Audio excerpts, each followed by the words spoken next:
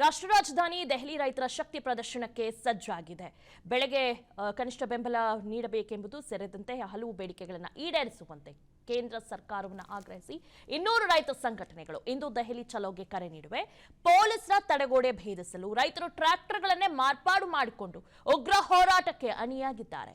ರೈತ ಹೋರಾಟದ ಕುರಿತು ಕರ್ನಾಟಕದ ರೈತ ಮುಖಂಡ ಕುರುಬು ಶಾಂತಕುಮಾರ್ ದೆಹಲಿಯಲ್ಲಿ ವಿಸ್ತಾರ ನ್ಯೂಸ್ಗೆ ಮಾಹಿತಿಯನ್ನ ನೀಡಿದ್ದಾರೆ.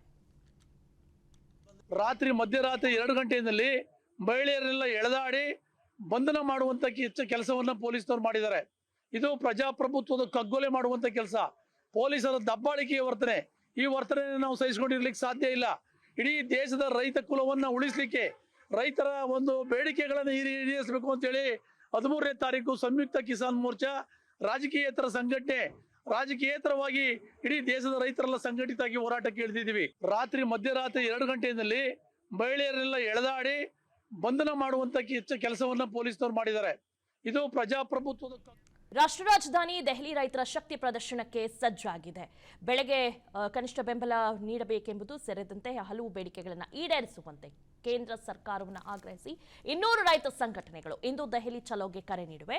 ಪೊಲೀಸರ ತಡೆಗೋಡೆ ಭೇದಿಸಲು ರೈತರು ಟ್ರ್ಯಾಕ್ಟರ್ಗಳನ್ನೇ ಮಾರ್ಪಾಡು ಮಾಡಿಕೊಂಡು ಉಗ್ರ ಹೋರಾಟಕ್ಕೆ ಅಣಿಯಾಗಿದ್ದಾರೆ. ರೈತ ಹೋರಾಟದ ಕುರಿತು ಕರ್ನಾಟಕದ ರೈತ ಮುಖಂಡ ಕುರುಬು ಶಾಂತಕುಮಾರ್ ದೆಹಲಿಯಲ್ಲಿ ವಿಸ್ತಾರ ನ್ಯೂಸ್ಗೆ ಮಾಹಿತಿಯನ್ನ ನೀಡಿದ್ದಾರೆ.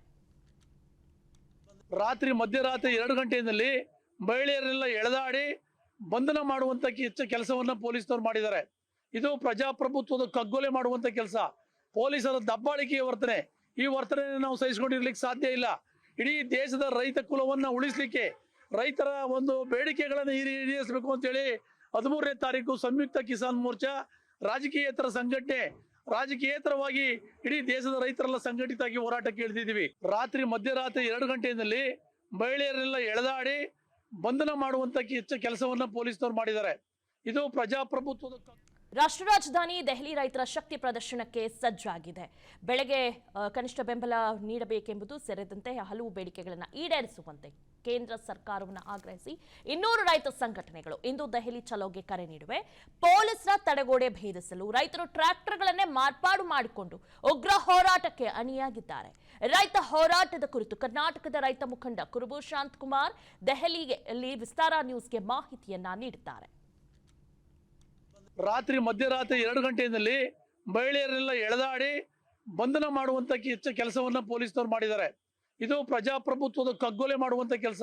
ಪೊಲೀಸರ ದಬ್ಬಾಳಿಕೆಯ ವರ್ತನೆ, ಈ ವರ್ತನೆ ನಾವು ಸಹಿಸಿಕೊಂಡಿರ್ಲಿಕ್ಕೆ ಸಾಧ್ಯ ಇಲ್ಲ.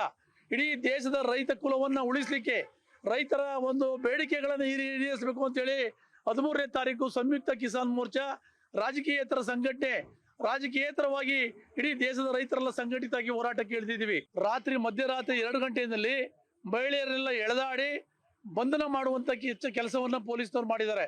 ಇದು ಪ್ರಜಾಪ್ರಭುತ್ವದ ಅನುಕ್ಷಣದ ಸುದ್ದಿಗಳಿಗಾಗಿ ವಿಸ್ತಾರ ನ್ಯೂಸ್ ಯೂಟ್ಯೂಬ್ ಚಾನೆಲ್ ಸಬ್ಸ್ಕ್ರೈಬ್ ಮಾಡಿ. ಹೊಸ ಸುದ್ದಿಗಳ ನೋಟಿಫಿಕೇಶನ್ಗಾಗಿ ಬೆಲ್ ಐಕಾನ್ ಕ್ಲಿಕ್ ಮಾಡಿ. ಲೇಟೆಸ್ಟ್ ಅಪ್ಡೇಟ್ಸ್ಗಾಗಿ www.vistaranews.com ವೆಬ್ಸೈಟ್ಗೆ ವಿಸಿಟ್ ಮಾಡಿ. ಅಂಗೈಯಲ್ಲೇ ಜಗತ್ತಿನ ಸುದ್ದಿ ತಿಳಿಯಲು ವಿಸ್ತಾರ ನ್ಯೂಸ್ ಕನ್ನಡ ಆಪ್ ಡೌನ್ಲೋಡ್ ಮಾಡಿ.